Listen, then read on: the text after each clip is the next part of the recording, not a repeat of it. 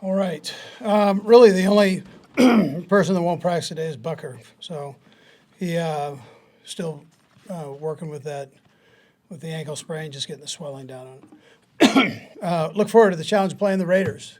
Good football team. You know, the games that the game that they didn't win, or games that they didn't win, it was a one score game. So we understand how good they are. We understand that they were up by 20 points in the second half against Arizona, and we've got to have a good week of practice. Anything less than that is not acceptable.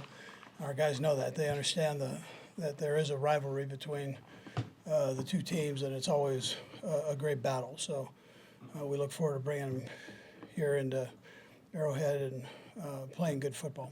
So with that, time's yours. Coach, does the team, do you all do anything different during Raiders Week? Building on the rivalry, is there anything more to it?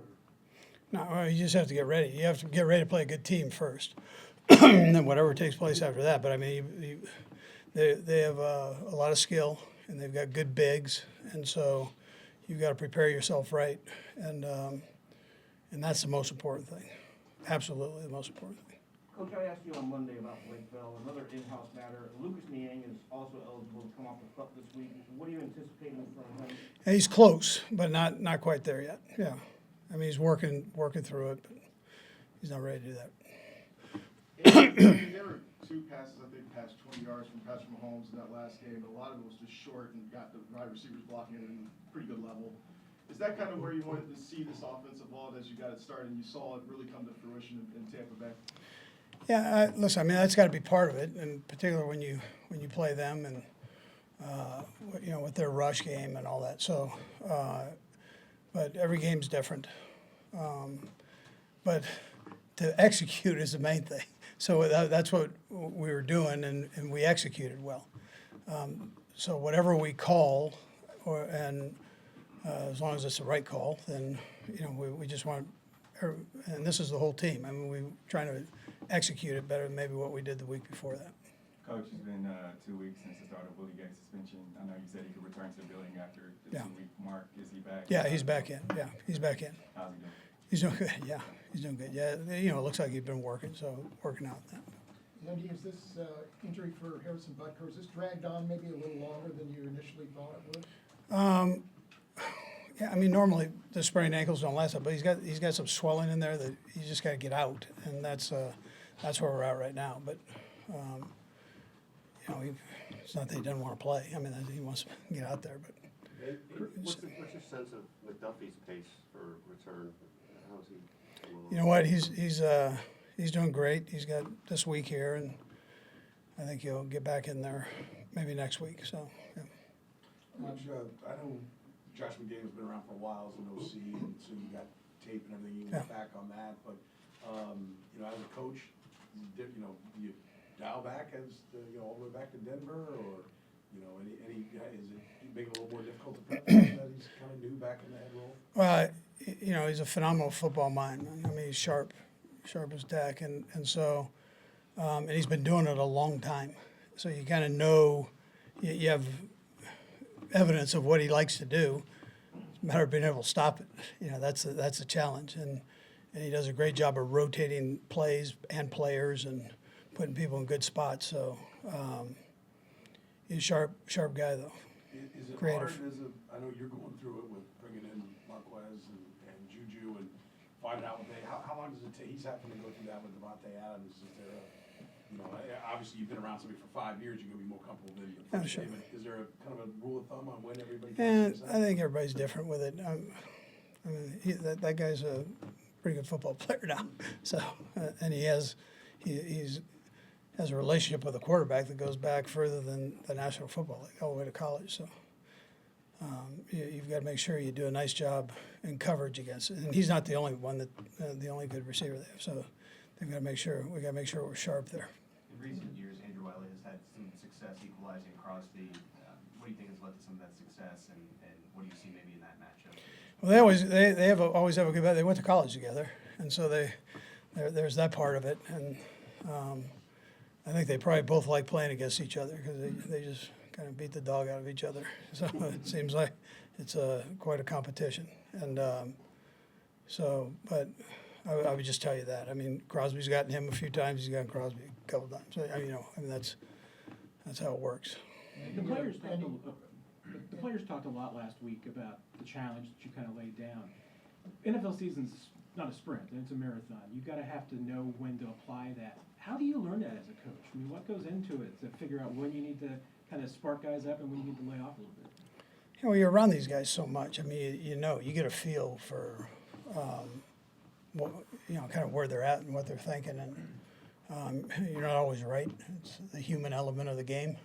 I wish I would like to sit here and tell you I'm always right, but and then part of it is the right guys in the locker room and veteran leadership guys talking and making sure they communicate to the younger guys that they understand their urgency. Yeah. It's a long season, but yet you only have your 17 games.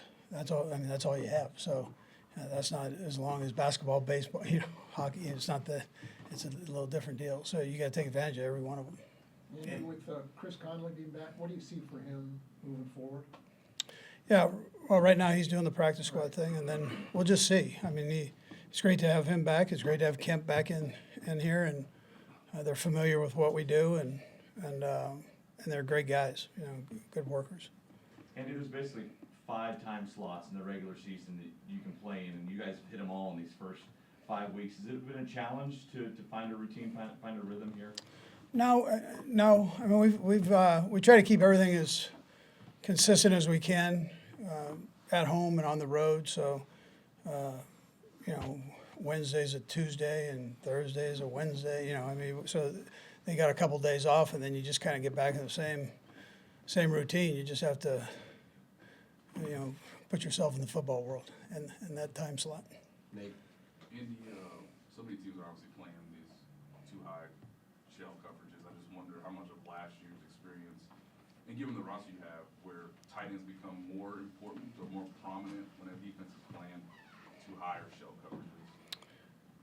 Yeah, I mean, we were blessed to have those guys last year until 88 got hurt. I mean, but we had Blake in there too. So it was I don't know necessarily if it's that. It's good to be able to rotate some of the personnel groups around. I think that's a positive. But to defeat shell, I mean, you have to stay disciplined and know how to work in space, and that goes probably for any zone coverage. You've got to have a feel for that, and then experience doesn't hurt going against it. Yeah, for sure. Right. I know this is year 23 or 24. Just have you had 4 to 3 tight ends this good in your time? I'm not sure all at the same time. I'm not sure at that. Not that I remember. I've had some good tight ends. I've had 3 before that were real good, but we've really got 4 guys, and once Blake comes back healthy. So. Sir. Coach, when you were high flying in 18 and 19 and everything, you kept saying defenses come around, they catch up. We've kind of seen that. They've adjusted. Question about the shell defenses and everything. Scoring's down. Teams are running more. How long does that? What's the cycle of it? Is it a 2-year, 3-year? Like? Yeah, it's great. It's a cat and mouse game a little bit. You always joke as a coach. You go, especially if you've been doing it well. Well, it'll come back around. That's how it works. So, I can't tell you what the cycle is. I know I've been through it though, so I can't tell you the number of years. Last one. Coach, with the wins, it's a huge momentum booster, but the roster continues to feel like there's a player of the week every week. Talk about what your roster looks like and how this team is progressing every week. You got another guy, winning. Yeah, so Brett and his crew do a great job bringing people in. And not only are they good players, but they like to play. So there can be a difference there. They like to practice, timing and all that stuff that goes with it. So they're wired right. But and then the coaches, do a nice job, and the guys believe in what you're doing. So the trick is to keep that going, though. Right? So we are early in the season. We're just finishing just working through that first quarter. So it's, you gotta, you gotta stay on top of your game. All right.